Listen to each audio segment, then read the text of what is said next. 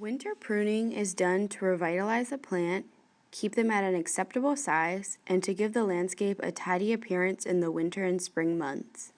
When pruning, it is important to use sharp tools and to make clean cuts. Your goal should be to remove dead or damaged wood, to remove crossing and touching branches, and to reduce the overall size of the plant by 1/3. Plants for winter pruning include crepe myrtles, vitex, roses, grasses, and paniculata varieties of hydrangeas. Do not prune spring flowering shrubs such as forsythias, azaleas, spirea, gardenia, and macrophylla varieties of hydrangeas. Roses should be cut before the plant breaks dormancy. The ideal time is February or March. All roses are revitalized by being pruned.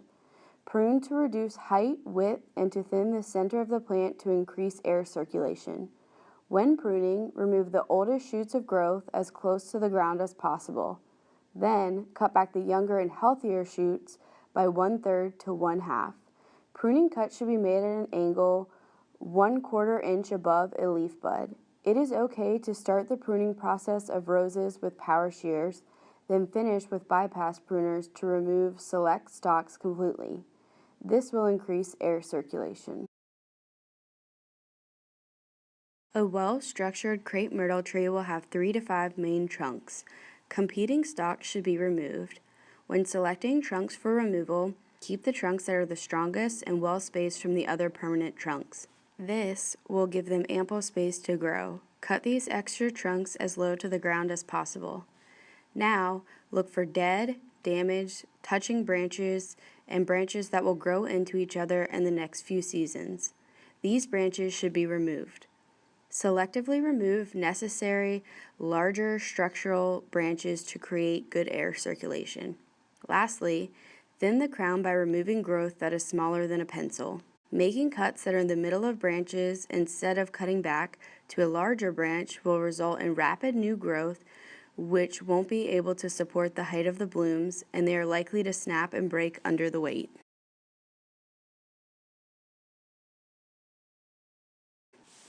When cutting back grasses, it is important not to cut too low or you may cut into the crown of the plant, causing damage. Cutting too low also allows water to settle into the crown, which can lead to rot and death. Before grasses are cut back, inspect the lower portion of the plant to try to identify where the crown ends. As a general rule of thumb, grasses that are less than 3 feet tall should not be cut lower than 5 inches from the ground. Grasses that are more than 3 feet tall should not be cut lower than 10 inches from the ground. Larger grasses can be cut back every year to clean and revitalize. Pruning can be done any time after the plants go fully brown, but waiting as late as possible in the winter season is okay if the winter foliage is desired in the landscape. When it is time to prune, start by wrapping a rope or twine around the outside of the plant, creating a tight column of foliage. Then, after identifying the proper height, power shears can be used to cut laterally near the base of the plant. Smaller grasses can be cut back as well, but it is okay to do this only every 2 to 3 years as they don't grow as vigorously as the big grasses. The smaller grasses are also more prone to moisture rot when their crowns are exposed by hard pruning.